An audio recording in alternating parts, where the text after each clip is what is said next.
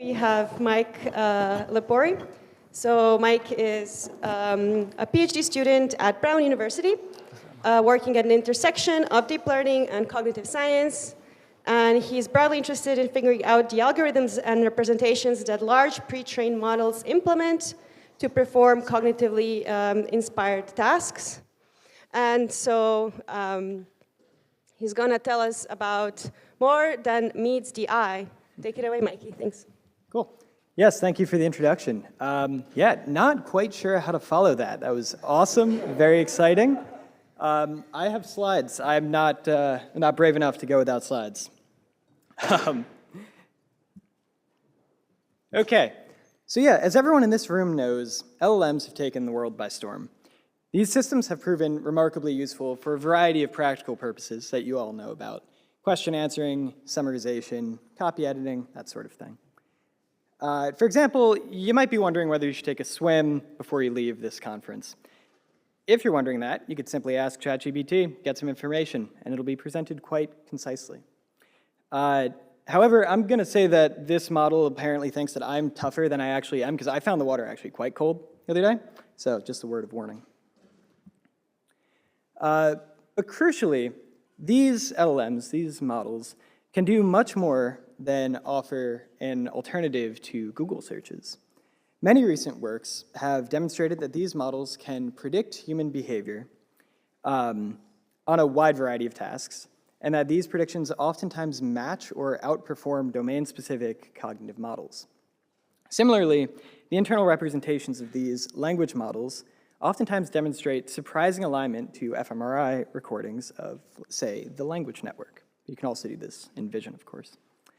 However, one complaint that I often see levied at this sort of work is that these papers are merely replacing one black box system, either the human mind or the human brain, with another black box system, and that is of a massive transformer.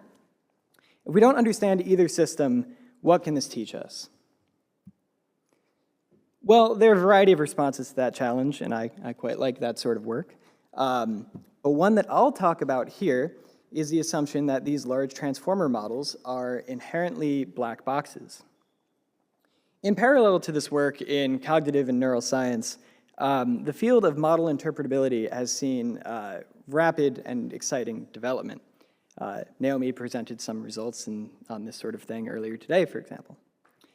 For the first time, one might take a transformer, such as a large language model, which here is represented by this sort of complicated causal graph on the left, and isolate relatively sparse interpretable circuits that are responsible for particular behaviors.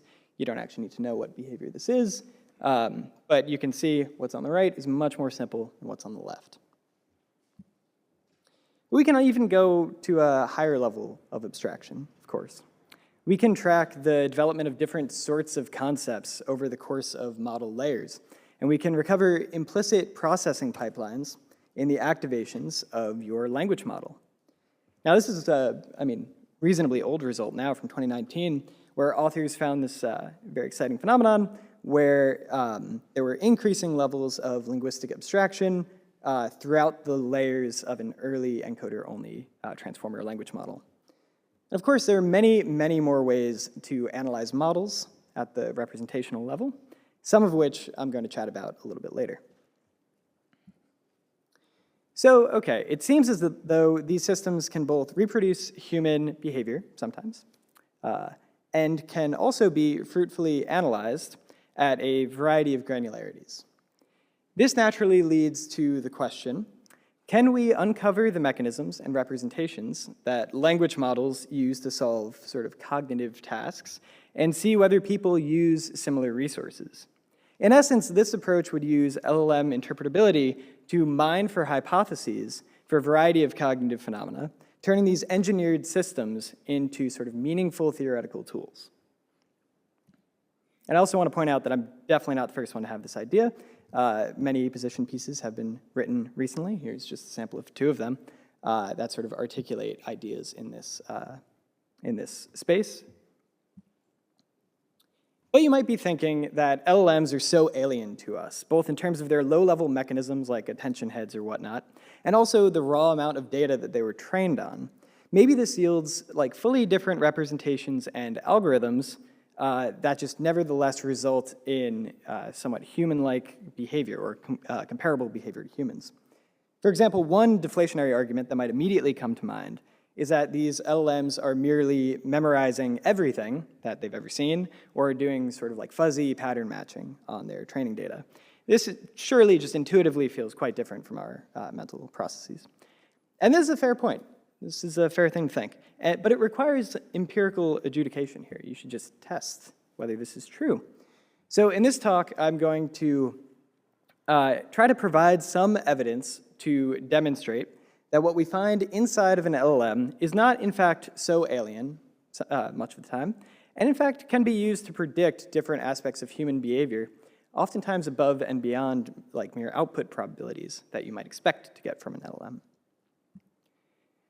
So the first project that I'm going to present today is actually work that's in progress. So I really do welcome feedback if you have any, either ask me questions about it or come at me at the break. This work was done in collaboration with Jen Hu, Roma Patel, Ishita Dasgupta, and my two advisors, Eli Pavlik and Tomas Sayre. And here what we're going to do is try to demonstrate that internal representations of concepts predict human categorization judgments. And we're going to do this in the domain of modal categories. So what is a modal category? There are a few ways of describing it, but one that I find nice and intuitive is that these categories relate the content of particular scenarios to your knowledge of the world. So for example, chopping a carrot using a knife might be probable, chopping a carrot using a sword is improbable, chopping a carrot using a rag is impossible because rags aren't sharp, and chopping a carrot using a color doesn't even really make sense.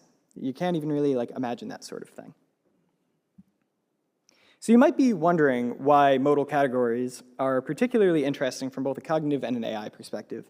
And I think there are two main reasons. The first was articulated really nicely in one of the early papers that studied modal categories across development. So here's just a quote from that paper from Andrew Stolman and Susan Carey. "Much of the knowledge we acquire in childhood is learned from the testimony of other individuals, and the extent to which children are able to differentiate possible events from impossible events may determine the extent to which they are able to differentiate fact from fiction, truth from falsehood."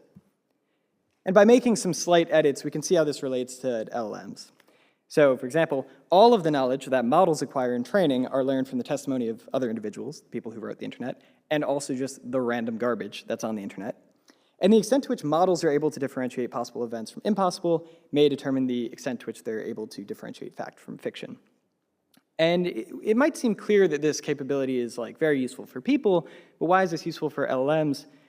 Well, I think it's actually quite obvious if you think that we are going to be using these LLMs for things like question answering, that the model should know what's true, what's false, what's possible, what's impossible. So it doesn't tell me to, I don't know, take a dragon to my next conference in Croatia rather than an airplane. But there's another equally interesting motivation for studying this, and that's that you can leverage human subjects' ability to reason about modal categories to get a sense of how they understand the world.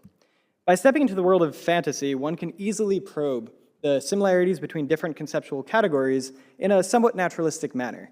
And I'll just present an extremely fun example very quickly. So this analysis was done by Kelly and Keel in 1985, and it sort of provides an insight into the organization of human conceptual categories by looking at the transformations that are naturally present in supernatural stories, such as Ovid's Metamorphoses or the Brothers Grimm's fairy tales.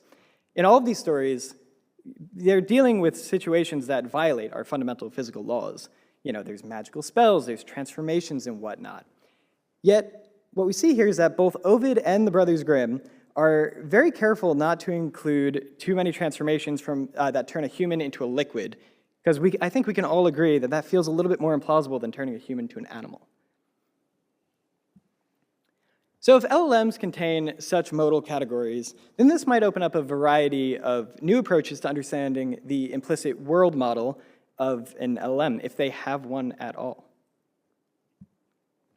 So let's see how folks have typically assessed modal categories using LLMs. So given two sentences that occur in some sort of matched pairs, someone chopped a carrot using a sword or a knife, you might just compute the summed log probability of all the words in the sentence.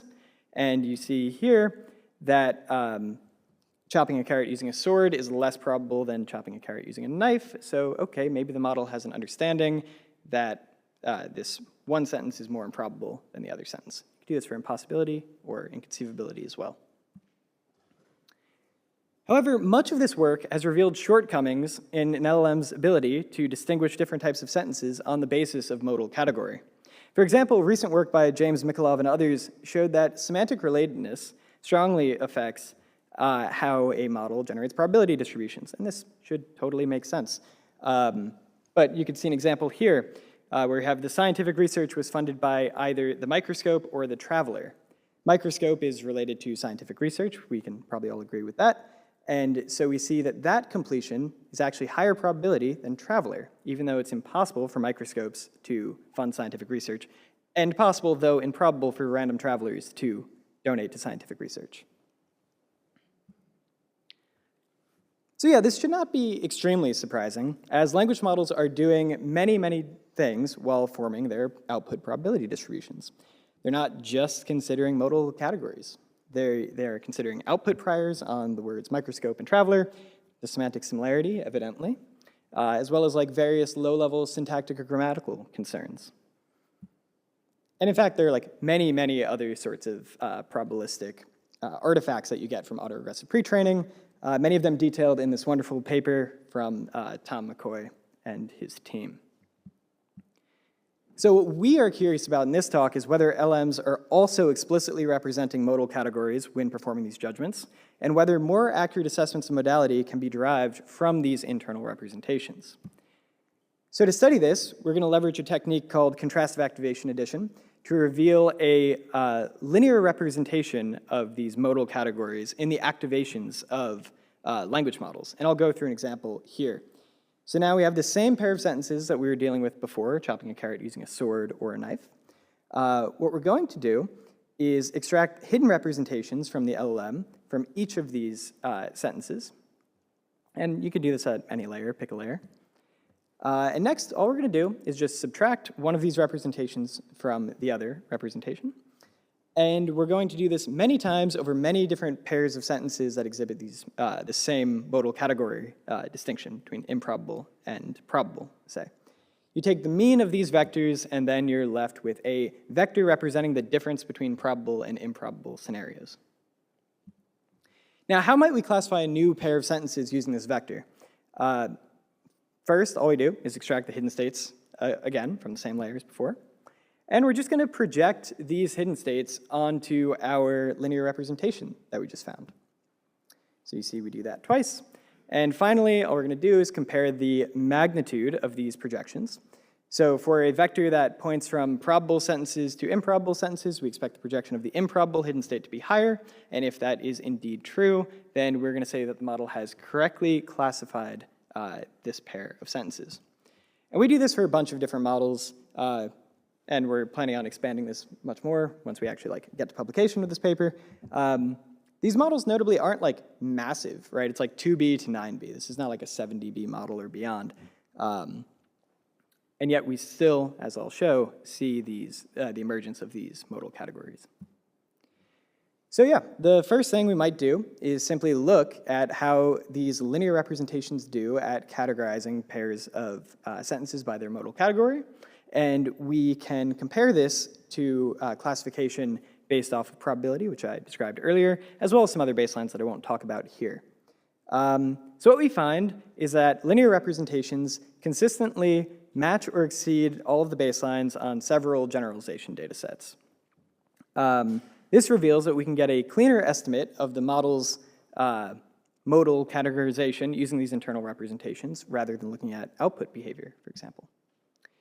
But you might be worried that these internal representations are sort of epiphenomenal, that the model isn't actually using these directions for anything in particular when, for example, generating text. So to test this, we simply do steering with these vectors, which is what this technique was invented for anyway. We add in a scaled version of our representations to all of the residual streams of our transformer when it's generating a completion to a sentence. Say, they are assembling furniture using a. Now, this sort of result I find most compellingly demonstrated through qualitative example, so here we go, let's go through one. So without any intervention, the model might say things like they're assembling furniture using a variety of tools, a 3D printer, hammer and nails, a screwdriver, maybe a new method. But if you add the improbable vector, you get some pretty fun generations, such as assembling furniture using a crane, or a giant crane, or a forklift. And for impossible, you get similarly interesting results where the model is going to generate things like they're assembling furniture using a laser beam or a giant vacuum cleaner. Neither of those are possible ways to assemble furniture, at least to my knowledge, though I mostly assemble IKEA furniture, frankly. Finally, by adding the inconceivable vector, we get things that are just like completely out of bounds, such as assembling furniture using a different language or something like that. Okay, now I started this talk by promising to link the internal representations to human behavior in some way. So let's see how we might go about doing that. We'll begin by projecting sentences from our data set onto our linear representations of modal features, and we'll see what this space looks like. So here the x-axis actually corresponds to the vector moving from improbable sentences to impossible sentences, and the y-axis corresponds to moving from impossible sentences to inconceivable sentences. Nicely, we see that these sentences sort of like cluster by their modal category in this space. Improbable sentences are on the bottom left, impossible bottom right, and inconceivable top right. In the bottom left of this plot, we find that a sentence that is coded as improbable, someone lit a candle using a blowtorch, and when you ask human subjects to classify this sentence according to its modal category, 73% of participants say this is indeed improbable. We can move to the right a little bit, and we get the sentence, someone built a house out of grass, and we see that a lower percentage of subjects agreed with the coding of this sentence as improbable. And finally, we can get a sentence that is coded as improbable, that is fairly far from the improbable cluster, and that sentence is someone cleaned a carpet using a hat, and only 51% of subjects here classified this sentence as improbable, and many more subjects, or not, approximately equal number of proportion of subjects classified this as impossible. So inspired by this sort of like qualitative finding, what we can do is fit a simple quadratic discriminant analysis model to our sentence projections, where each coded category is assigned one Gaussian. And this allows us to compute the probability that any given sentence belongs to the category in which it was originally coded. And we could correlate this with, we can correlate this model predicted probability of the coded label with the empirical probability as defined by our human subjects. And we can do the exact same process using, say, the probability features or using other baseline projection features. And what we find is pretty uniformly across 3 distinct data sets that these linear representations, the feature space defined by linear representations, correlates more strongly with human categorization behavior, which is what I have right here. Great. So I do have a second project to present that I will go through very quickly. This project was done primarily by Jen Hu, but I helped out on the mechanistic interpretability side of things, and Michel Franke at Tübingen. So in this project, we're trying to say that model processing metrics predict human processing DVs better than output probabilities. So if I asked you, what is the capital of France? I think you'd probably all know that it's Paris. It's nice and easy. But if you know something about US geography and I asked you, what is the capital of Illinois? Well, think about it for a second. Maybe you first thought of Chicago, right? It's the most famous city in Illinois. That's wrong. It's actually Springfield. So you need to overcome your sort of initial associations with the state of Illinois in order to answer this question correctly. This is an example of a competitor interference effect, which is a processing difficulty that arises when a salient incorrect answer competes with a less salient correct answer. This is sort of inspired by thinking fast and slow style dual processing theories. So in order to wrap this up quick, I'm going to say that we come up with 2 metrics in order to sort of quantify the degree to which an LM does this sort of dual processing behavior where it first prefers some salient intuitive answer before correcting itself in later layers in order to prefer a actual, like the correct answer, Springfield, in that case. And getting to the punchline here, if you include these metrics derived from model processing over layers into a regression to predict various human-dependent variables such as accuracy, response time, and a few other more dataset-specific measures, you see that oftentimes these metrics do increase the predictive power over a baseline that just includes output metrics like entropy, rank of the correct answer, et cetera. So metrics derived from layer-wise processing are predictive of human behavior. Okay, so to conclude, there are obvious differences between human cognition and LLM mechanisms. I couldn't imagine an attention head belonging in my mind, per se. However, there are signs of life that model internals might be predictive of various aspects of human behavior. And so, can we use these representations to better understand human behavior and human cognition? Maybe. My plan is to try this in that domain of modal categories, and I'll let you know when I figure it out. So finally, just to acknowledge, thanks, James. Finally, just acknowledging all of my collaborators, funders, groups, people that I talk to often. And yes, thank you. Now you're good.